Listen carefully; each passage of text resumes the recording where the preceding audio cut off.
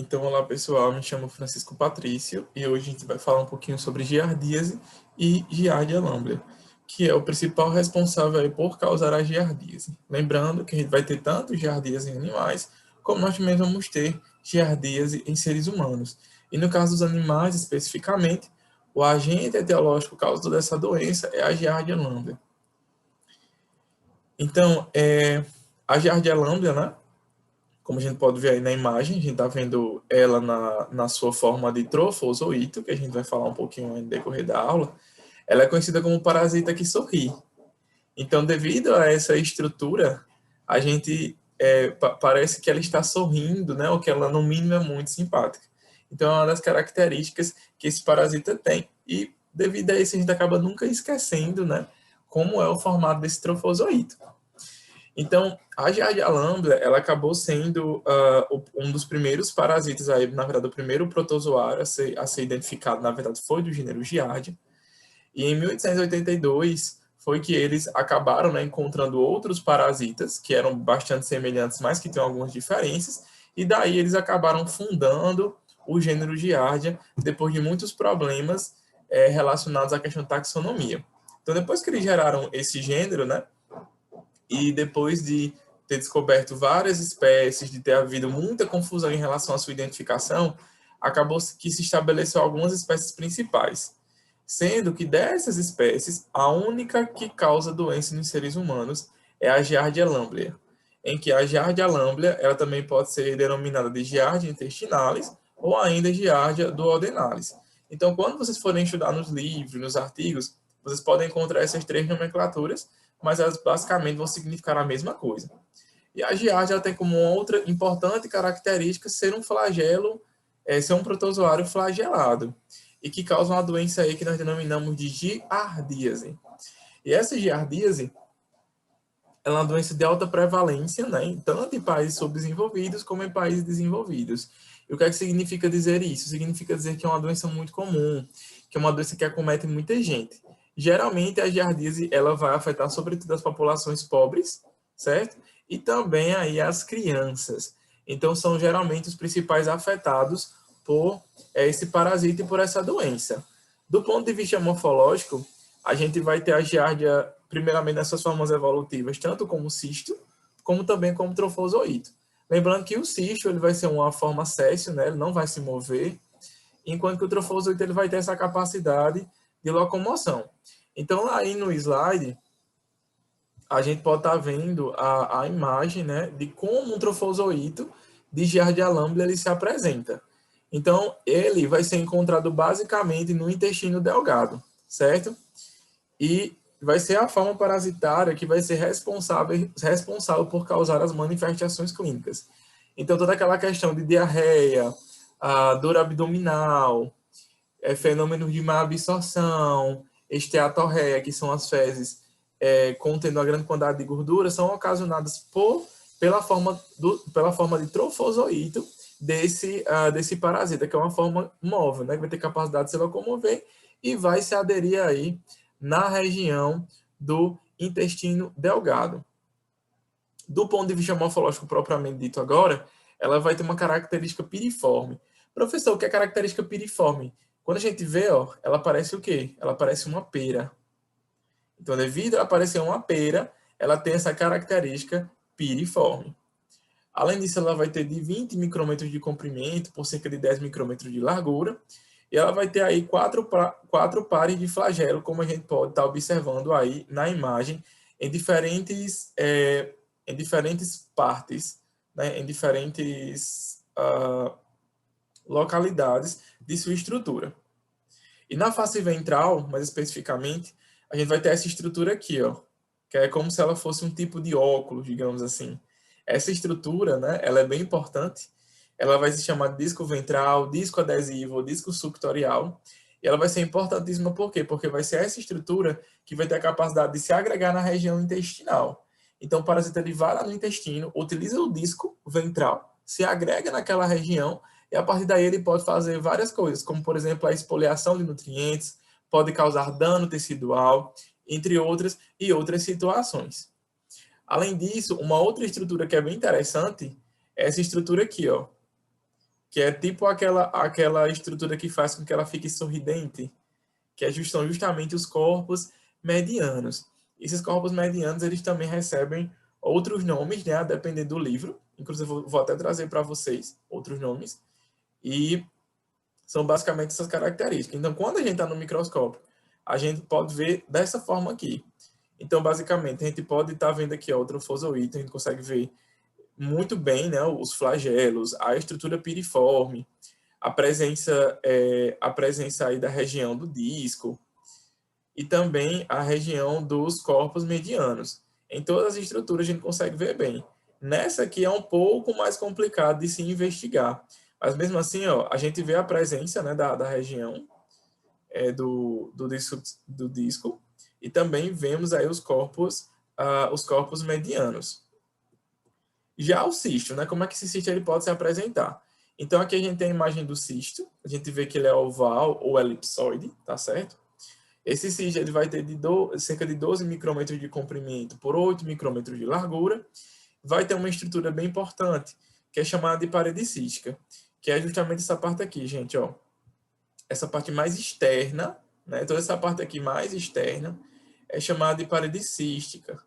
E qual função dessa parede cística? Ela vai ser importante, né, para a gente, para eles, na verdade, pelo fato justamente dela permitir maior resistência a situações adversas, né, a situação de seca, entre outros.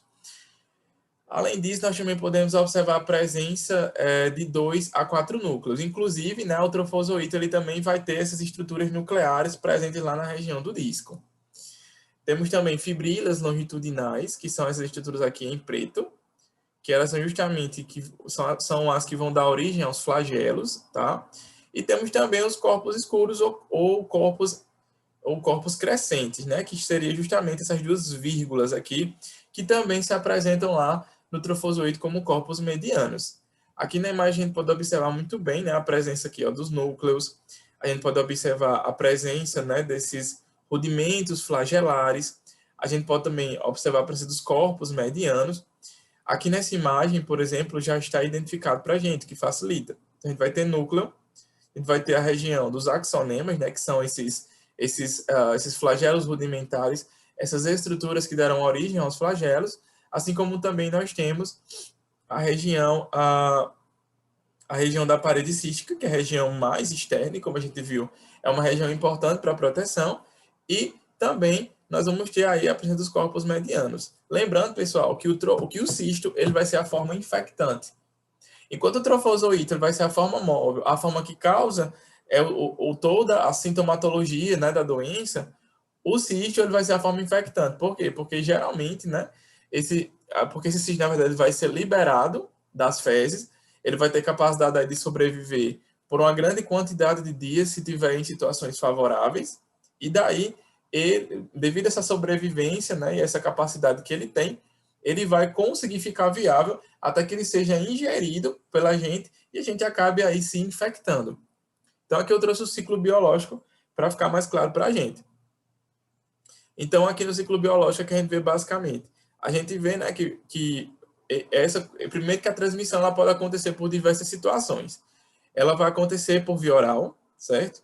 Em que basta-se a ingesta de 10 a 100 cistos para que o indivíduo ele se infecte, desenvolva, né, fique parasitado e possa em seguida talvez desenvolver a doença, a depender de fatores que a gente viu na aula anterior, como por exemplo, a cepa, né, a quantidade propriamente dita, as características nutricionais e imunológicas do indivíduo. Então, a partir daí, esse indivíduo ele vai ingerir esse cisto. Quando ocorre a ingestão desse cisto, ele vai chegar na região estomacal. Lá nessa região, ele vai sofrer ação de quê, minha gente? Do ácido clorídrico do estômago. Quando ele sofre essa reação do ácido clorídrico do estômago e também de algumas enzimas, como a tripsina, o que é que vai acontecer com ele? Ele vai desencistar, né? Ele vai liberar o material que ele tem no seu interior, que são justamente um tipo específico lá de trofozoito. E esses trofozoitos, por sua vez, eles vão começar a se multiplicar por fissão binária. Ou seja, eu vou ter um trofozoito, tá? E esses trofozoitos, eles vão se dividir formando uma cópia perfeita um do outro, tá? Em seguida, esse trofozoito, ele vai ele vai estar apto, né, a aderir à região da mucosa da mucosa intestinal. E ao interagir com essa região da mucosa intestinal, ele vai causar a expulsão de nutrientes, vai causar toda a questão dos sinais e sintomas. E depois, por situações ainda não conhecidas, sabe-se que esse trofozoito, ele passa por um processo de encistamento, ou seja, ele deixa de ser trofozoito, como mostra aqui na imagem, ó, e ele se torna novamente um cisto. Não se sabe ainda se está relacionado a questões de pH, se está relacionado à mudança de peristaltismo, mas sabe-se que esse processo ele acontece. Depois que ocorre o encistamento, há a liberação, né, das fezes para o meio externo, e essas fezes elas vão estar contaminadas com cistos, que podem entrar em contato com alimentos ou ainda entrar em contato com a água. Consequentemente, isso faz com que o indivíduo ele acabe se contaminando.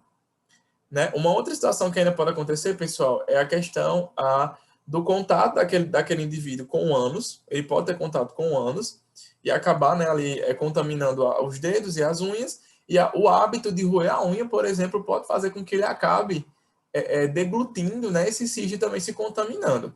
Isso de roer unha, de comer alimento contaminado, beber água sem procedência, é responsável por causar diversos tipos de parasitose, não só a giardíase, mas como também a amebíase, que nós veremos na próxima aula. Em relação aos sinais e sintomas, os pacientes, né, boa parte desses pacientes, eles são assintomáticos. Então, eles acabam liberando cistos, né, sem apresentar nenhum tipo de sintoma. Mas só porque eles são assintomáticos, isso não quer dizer que eles não possam desenvolver a doença depois. Eles podem desenvolver a doença depois, e eles provavelmente irão desenvolver, né, a partir de questões de aumento da carga parasitária e tudo mais, ou ainda, caso eles precisem passar por algum tipo de terapia imunossupressora. Uma questão ainda importante de ressaltar, que mesmo eles sendo assintomáticos, eles têm os cistos. Ele tem a giardia dentro de si. Essa giardia ela vai ser liberada nas fezes e, consequentemente, né, isso pode estar ocasionando na contaminação do ambiente, podendo acometer outras pessoas. Uma questão importante, gente, que a gente tem que falar é o seguinte: o cisto ele vai ser liberado nas fezes formadas, certo? O trofozoito, lembra que eu falei para vocês que ele vai ficar lá na região intestinal preso? Quando a gente tem diarreia, o que acontece? Acontece o aumento do peristaltismo, ou seja, acontece o aumento das contrações do trato gastrointestinal. Então vai começar a contrair mais. O que vai acontecer? Esse trofozoito ele se solta, né, dessa região e acaba sendo liberado com as fezes diarreicas. Então, quando a gente tem fezes diarreica, a gente pensa geralmente em presença de trofozoito.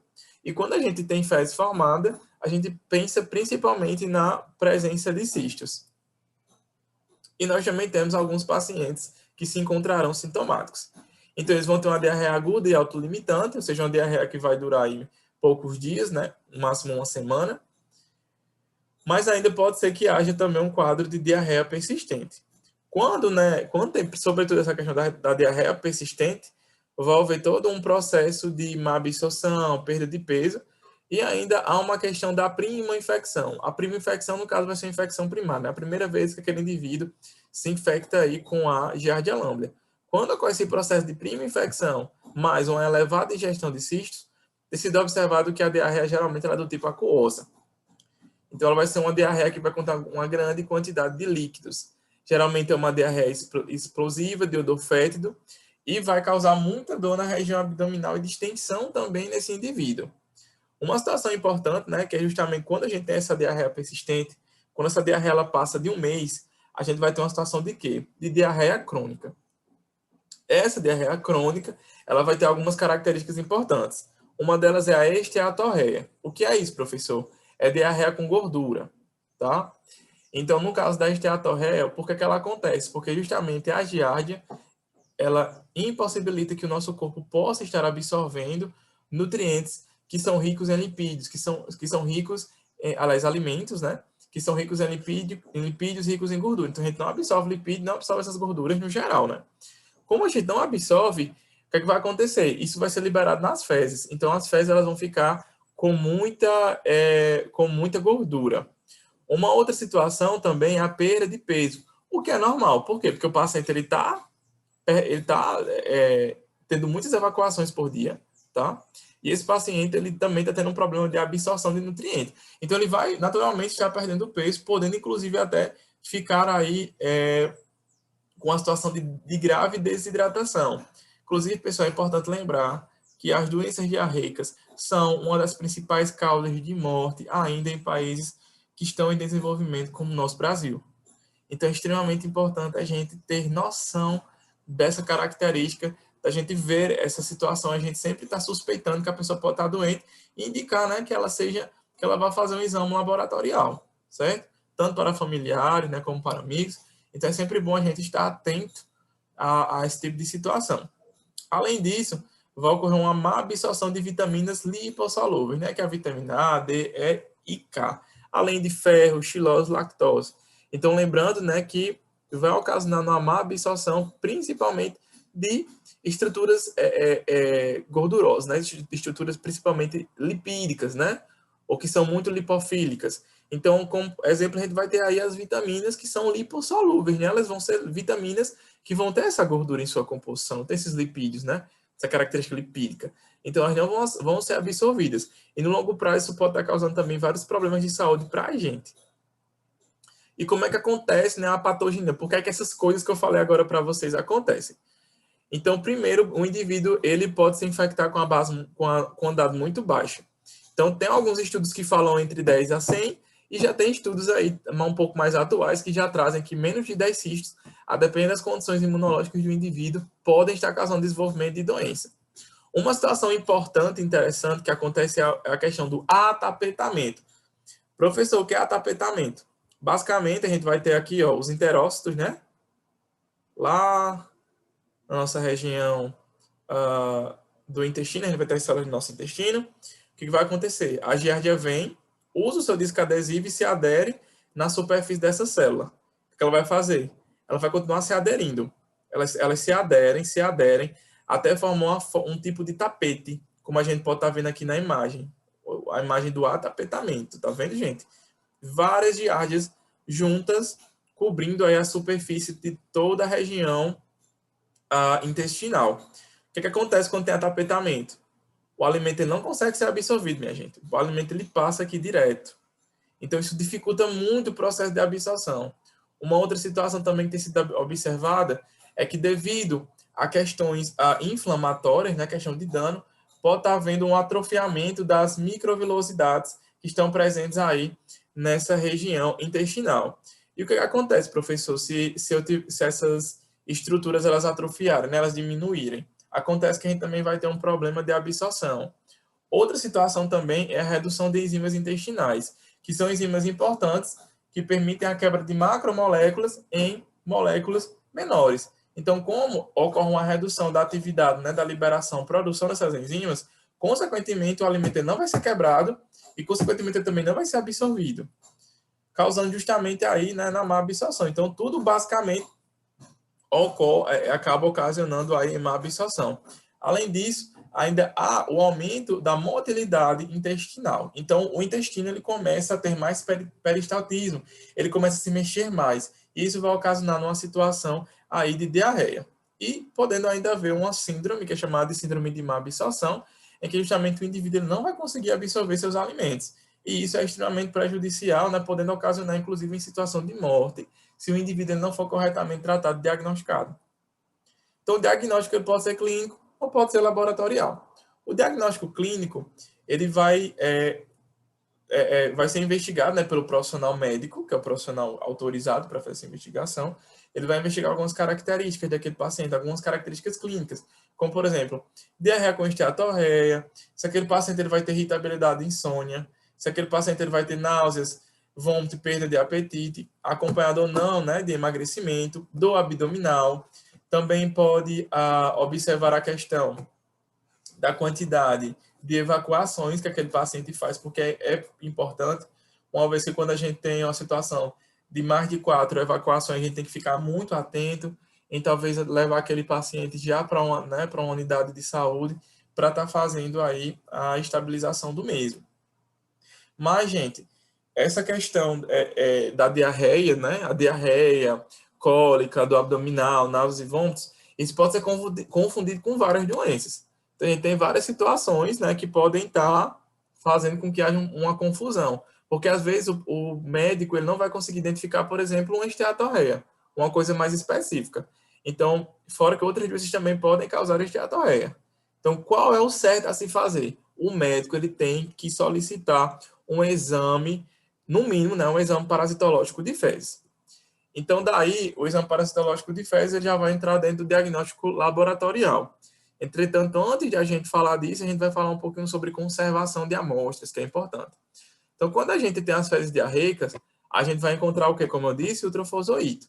E essas fezes, elas vão durar no máximo até aí cerca de 30 minutos. Aliás, as estruturas dos trofozoites vão suportar somente até cerca de 30 minutos após a defecação, tá certo? Então, após esse momento, esses micro-organismos eles vão ser degradados. Então, a gente tem que estar buscando um local para fazer o armazenamento do mesmo. Como é que a gente pode estar fazendo armazenamento? A gente pode estar usando formol a 10%, o MIF, que é o metiolato iodo formol, ou ainda o SAF. No caso, o formol, ele acaba sendo aí o mais utilizado.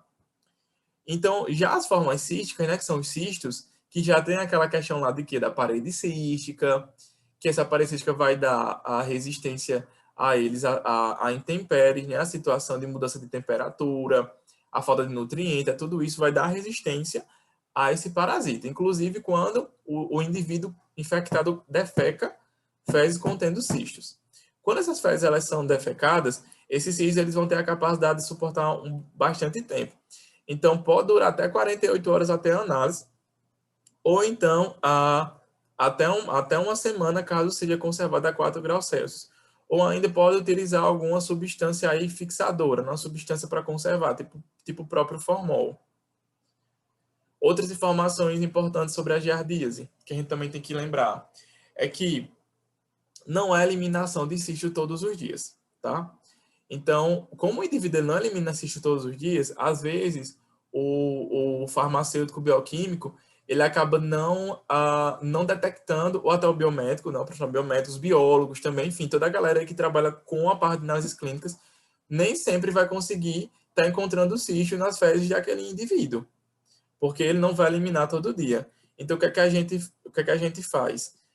A gente faz uma questão de análises múltiplas. Então, a gente pega múltiplas amostras, pega amostras de fezes em dias alternados ou dias diferentes e vai analisando para justamente observar se há presença de cisto naquele momento.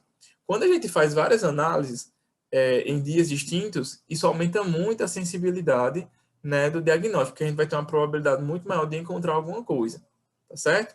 Então, gente, devido a essa questão da eliminação em dias que não ocorre todo dia, é sempre importante a gente estar fazendo as amostras múltiplas. É interessante ressaltar que na literatura observa-se que tem indivíduos que passam 10 dias, 20 dias sem eliminar nenhum cisto. Então, a gente vai ter muito falso negativo. O que é falso negativo, professor?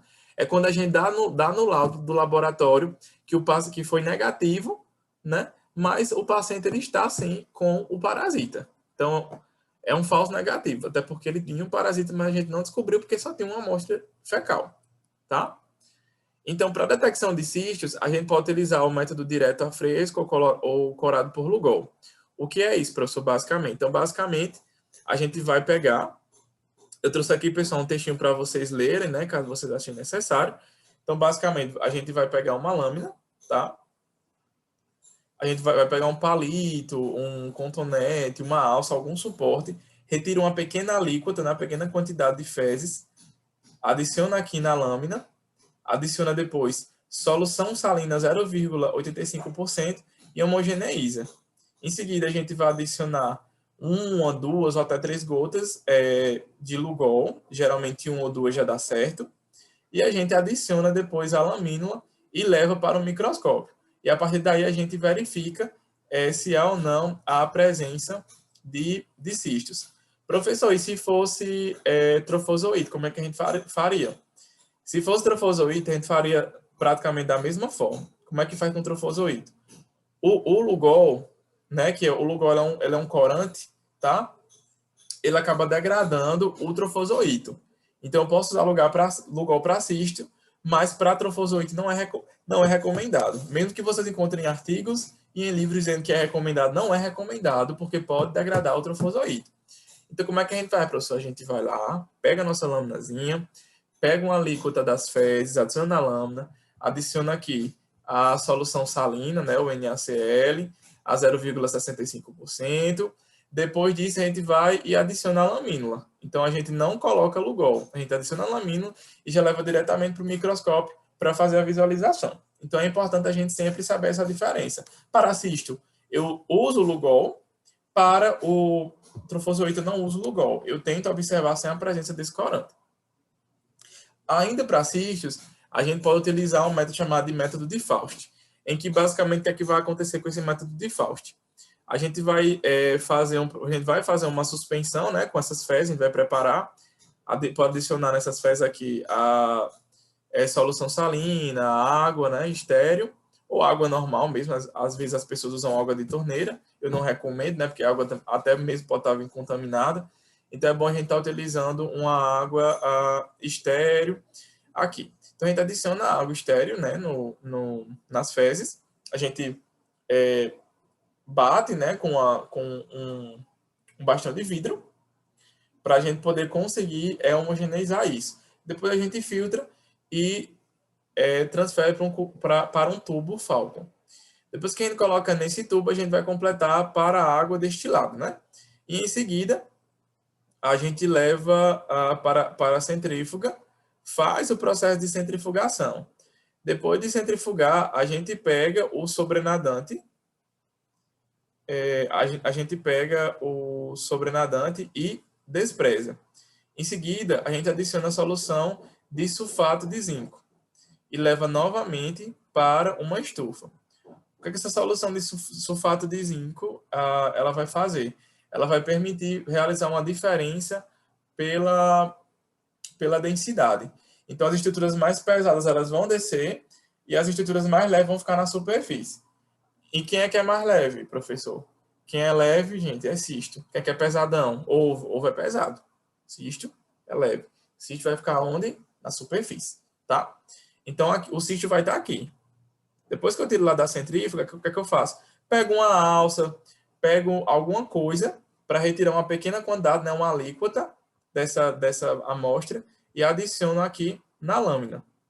Em seguida, eu vou lá e adiciono também quem? Lugol. E depois adiciono a lamínula e levo ao microscópio para a realização da leitura. Um outro método importante é o método de Huffman, Pons e Jenner. Então, vocês ignorem, né, que eu adicionei aqui o método de Faust colaboradores. É o método de Huffman, Pons e Jenner, como está aqui na imagem. Esse método também é chamado de sedimentação espontânea, tá, gente? Então, esse aqui é bem clássico. Basicamente, a gente pega o potinho com as fezes, né? Coloca a água, pega o bastãozinho de vidro, homogeneiza essas fezes, depois pega um cálice,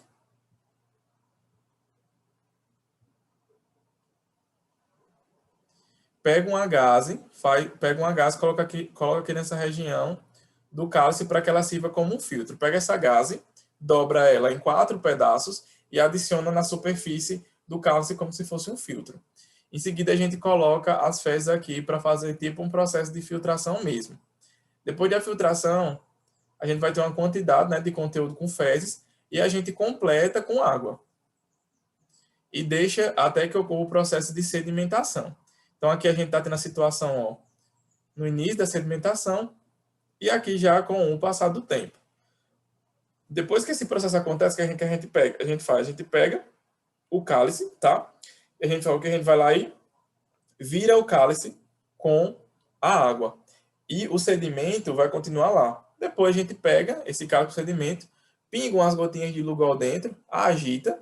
Depois que eu faço o quê, professor? Preparo minha lâmina. Eu vou lá, pego a lâmina, pego um pouquinho aqui das fezes do sedimento já com Lugol, adiciono aqui, ou então eu posso colocar o Lugol só após. No caso, eu adicionaria somente as fezes, depois coloco o Lugol, depois coloco a lamínula e faço o processo de leitura. Eu trouxe aqui para vocês também um texto, tá? Que vocês podem estar printando aí, podem estar utilizando para o estudo de vocês. que esse texto ele vai ter uma quantidade de detalhes muito maior do que eu estou dando aqui para vocês. No momento eu estou dando só uma visão mais geral, né? E é interessante ressaltar, gente, que esse método, geralmente, ele pode durar de 2 a 24 horas. Então, a gente deixa a sedimentação acontecer. Por isso que a gente chama de sedimentação espontânea, porque a gente vai deixar que a sedimentação aconteça de forma muito espontânea mesmo. Professor, se isso aqui é sedimentação espontânea, esse anterior aqui que o senhor falou é o quê? Aqui vai acontecer uma sedimentação também, tá? Mas por centrifugação. Então, é o método em que a gente vai fazer a sedimentação por centrifugação. Vai ser a centrífugo sedimentação. Centrífugo sedimentação. Então, anotem aí no caderninho de vocês a centrífugo sedimentação. Então, a gente já vê essas duas técnicas para cisto. Trofozoito. Então, trofozoito, a gente pode utilizar o método direto, como eu já falei, né? Pode ser o direto a fresco. Aqui eu trouxe corado com Lugol, porque os livros geralmente trazem corados com Lugol, mas o que foi que a gente aprendeu? Que não é aconselhado. Por quê? Porque ocorre a degradação, né? A gente também pode estar utilizando a hematoxilina férrica, ou o mertiolato, e outro formol, que é o MIF, que esse último ele tem menor custo. Na verdade, essa técnica, por si só, ela tem menor custo, na verdade, desculpem. Além disso, a gente ainda pode ter diagnósticos laboratoriais imunológicos, né? Como, por exemplo, a imunofluorescência indireta. E o que essa imunofluorescência indireta ela vai fazer, basicamente? A gente vai ter plaquinhas, tá? Que vão conter o anticorpo, aliás, o antígeno. E o que é que vai acontecer? A gente vai lá e adiciona a amostra do paciente. Se o paciente ele tiver anticorpos anti-giardia, anticorpos específicos para giardia, esse anticorpo ele vai se encaixar no antígeno, que o antígeno é justamente a giardia. Depois disso, faz-se a lavagem e adiciona o anticorpo conjugado, em que esse anticorpo conjugado ele vai se encaixar no anticorpo. Esse anticorpo conjugado ele vai ter um fluorófilo, né? Ele vai ter uma substância que ela vai ser capaz de emitir luz quando ela é excitada. Então, depois que a gente faz esse processo, a gente leva a lâmina para o microscópio, e aí, no microscópio, que vai ser um microscópio específico, que vai acontecer? A gente vai adicionar a lâmina aqui nessa região, tá? E daí a gente vai ter uma fonte de luz específica.